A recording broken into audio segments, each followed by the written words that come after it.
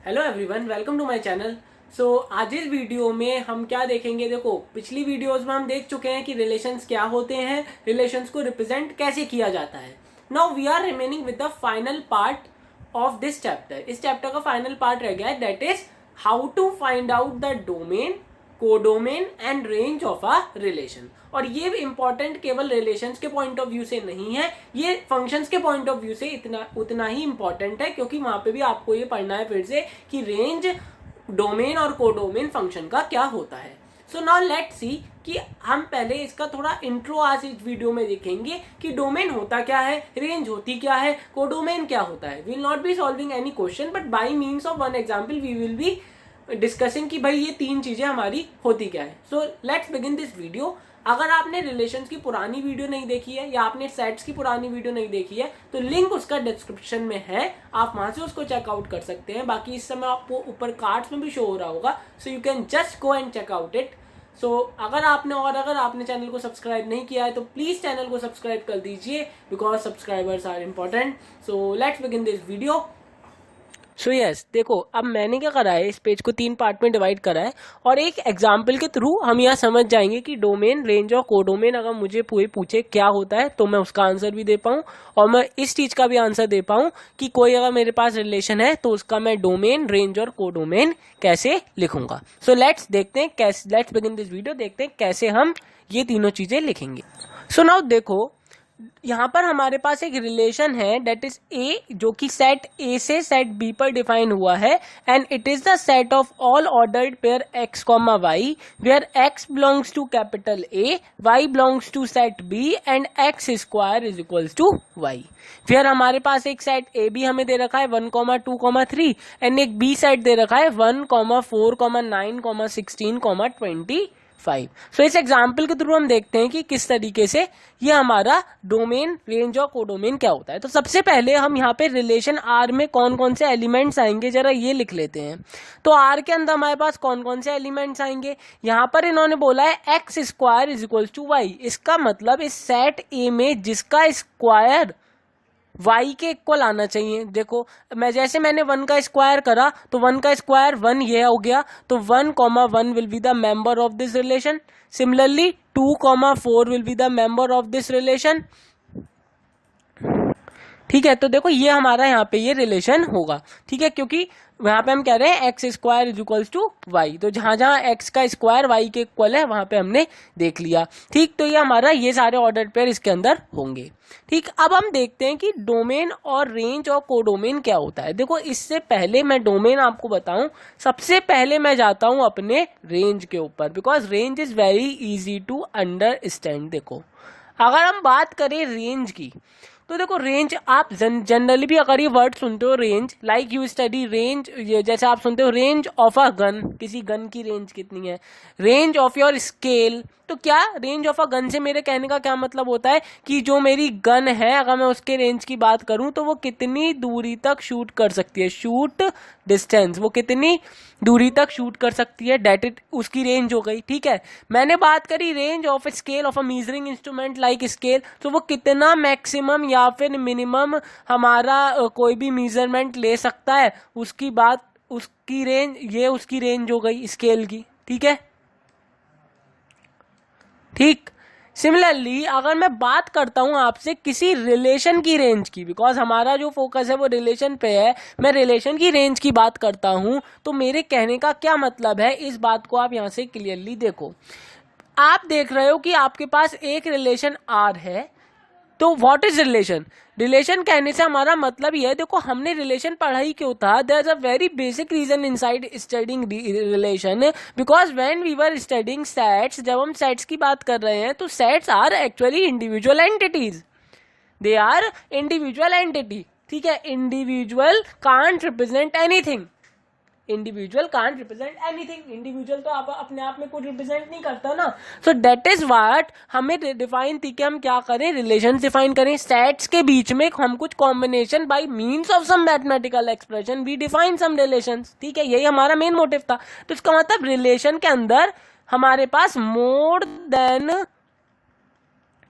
One set तो होता ही है, मोर देन वन सेट। मतलब it now they are two things कि रिलेशंस कैन बी ए से मेरा यहाँ पर बी पे डिफाइन हो रहा है, तो मेरे ये दो सेट्स हैं। तो इन सेट्स में से जब मैं अपने रिलेशन के अंदर कोई वैल्यू लगाता हूं, लेट अस कंसीडर, मैंने इसी का एग्जांपल दिया, मैंने आर के अंदर 1 लगाया, आई गेट 1। मैंने आर के अंदर 2 लगाया, आई गेट 4। मैंने आर के अंदर 3 लगाया, आई गेट 9। इसका क्या मतलब है? It is a very simple meaning inside it कि मैंने आर के अंदर 1 लगाने का मतलब है कि 1 मेरा किस एलिमेंट से रिलेटेड है, 1 इज रिलेटेड टू 1। 2 मेरा किससे रिलेटेड है, 2 इज रिलेटेड टू 4। 3 मेरा किससे रिलेटेड है, 3 इज रिलेटेड टू 9। ये हम कह रहे हैं। सो सिंपल कि आपके पहले वाले सेट के द फर्स्ट सेट जिससे डिफाइन हुआ है रिलेशन, जिस पर डिफाइन हुआ है, आप जब पहले वाले सेट ए के एलिमेंट्स लगाते हो रिलेशन के अंदर, तो जो जो possible values you can get is known as the range of your relation.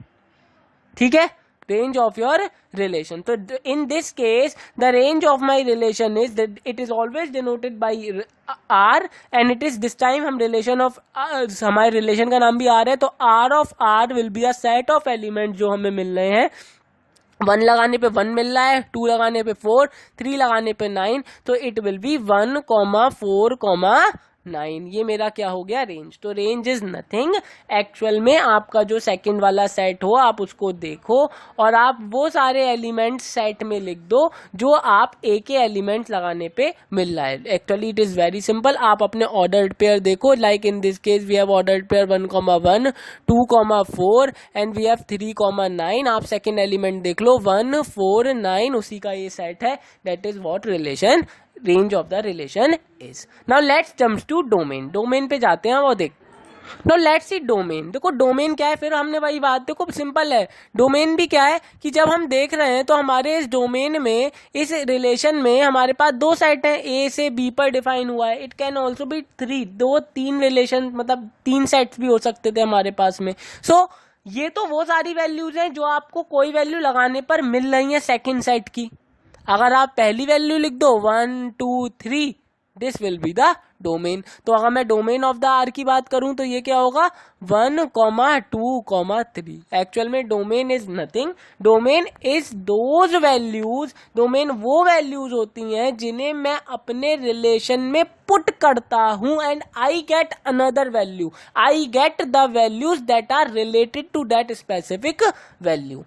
ठीक है, जो स्पेसिफिक वैल्यू से रिलेट होती हैं। अभी आपको चीजें क्लियर हो जाएंगी जब मैं एरो डायग्राम पे आपको लेके जाऊंगा। ठीक है, नाउ लेट्स सी, बहुत ही सिंपल सा टॉपिक है, the last one and that is the codomain. Now let's C codomain. Codomain क्या है, देखो अगर मैं क्या करूं, जो मेरा सेकंड वाला सेट है, मेरा आर एक रिलेशन था जो ए से बी पर डिफाइन हुआ था। इस ए को मैंने क्या बोल दिया, डोमेन बोल दिया। ठीक है, और इस बी को क्या बोलूंगा, कोडोमेन, यानी कि डोमेन का साथी। को मीन से को, आपके को पार्टनर, इन सब का क्या मतलब है, साथी। तो ए इज डोमेन, कोडोमेन मतलब ए का साथी। ए का साथी कौन है, बी, सो दैट इज को डोमेन। यानी कि अगर मुझसे कोई पूछे कि भाई इस रिलेशन का कोडोमेन क्या होगा, तो आप लिखोगे codomain is equals to B, and B मेरा क्या है यहाँ पर 1, 4, 9, 16, 25। So it is as simple as that. Now let's see the final. देखते हैं कैसे हम डोमेन, रेंज और कोडोमेन लिखेंगे। देखते हैं। देखो आपको क्या है, एक सेट दे रखा होगा, आपको क्या एक रिलेशन दे रखा होगा जो किसी सेट से किसी सेट पर डिफाइन हो रहा होगा। यहाँ पर ये ए से बी पर डिफाइन है, यही तो गिवन होगा। और आपसे पूछा क्या होगा, भाई इसकी डोमेन लिख दो, रेंज लिख दो और कोडोमेन लिख दो। We will solve some questions in the later videos. अब हमारा इस पूरे टॉपिक में क्वेश्चन सॉल्व करना ही रह गया, वी विल सॉल्व। लेकिन यहाँ पर एक सिंपल देखते हैं। अगर मुझसे अब इसका डोमेन पूछे तो मैंने तुमसे बोला द फर्स्ट सेट, जो पहला सेट है वो आपका डोमेन है, तो ये ए आपका क्या है, डोमेन। आप डायरेक्ट यहाँ पे ए सेट लिख दो and what ever your A set is. देखिए ऊपर वाले एग्जाम्पल में ए सेट था 1, 2, 3। ठीक है, नाउ मुझसे पूछता है रेंज क्या है। रेंज क्या है, अभी रेंज क्या होती है कि इस 1 लगाने पे मुझे क्या वैल्यू मिली, 2 लगाने पे मुझे क्या वैल्यू मिली, 3 लगाने पे क्या वैल्यू मिली। और इन अदर वर्ड्स 1 किससे रिलेटेड है, 2 किससे रिलेटेड है, 3 किससे रिलेटेड है। तो जरा लिख देते हैं, रेंज क्या होगी, 1 किससे रिलेटेड था, 1 का स्क्वायर 1, 2 का स्क्वायर 4, 3 का स्क्वायर 9। क्योंकि रिलेशन क्या था, x² = y, यही तो कंडीशन थी। कोडोमेन क्या है, ये आपका दूसरा वाला सेट, तो बी लिख दें। इन अवर केस इट वाज 1, 4, 9, 16, 25। तो बहुत सिंपल है, डोमेन लिखना तो बहुत ही सिंपल है और कोडोमेन लिखना भी। डोमेन आपका पहला सेट है, ठीक है। डोमेन क्या है आपके पास में, देखते हैं डोमेन क्या है हमारा। ओके तो देखो डोमेन में क्या होगा मेरे पास में, पहला वाला सेट, क्योंकि आर जब आपका होगा तो वो first set to second set कहीं ना कहीं डिफाइन हो रहा होगा, तो आप अपना पहला वाला सेट लिख दें, you will get your domain. Second वाला सेट लिख दें, you will get your codomain. और last set of elements to which domain elements are related. जब आप एरो डायग्राम बनाओगे तो ये आपका डोमेन होगा, डोमेन ऑफ आर, और ये आपका क्या होगा, कोडोमेन ऑफ आर होगा। ये डोमेन और ये कोडोमेन, ये एलिमेंट्स कहीं ना कहीं किसी से रिलेटेड हो रहे होंगे इस तरीके से। तो आप क्या करो, इस पूरे सेट को लिख दोगे तो ये आपका डोमेन हो गया, इस पूरे को लिख दोगे तो ये आपका कोडोमेन हो गया। और ये इसमें हो सकता है कुछ एलिमेंट छूट गए हो जिनसे कोई भी रिलेटेड ना हुआ हो, उनको आप लिख दो, उन्हें छोड़कर आप यहाँ लिख दोगे तो वो आपका क्या हो जाएगी, रेंज हो जाएगी। सो इस वीडियो के अंदर इतना ही। अगर आपने भी पुरानी वीडियोस नहीं देखी है तो लिंक डिस्क्रिप्शन में आप वहां से चेकआउट कर सकते हैं। बाकी we will solve some questions in the later videos, तो चैनल से जुड़े रहें, चैनल को सब्सक्राइब कर दें प्लीज। सो अब मैं मिलता हूँ आपसे अगली वीडियो में। Till then thank you so much.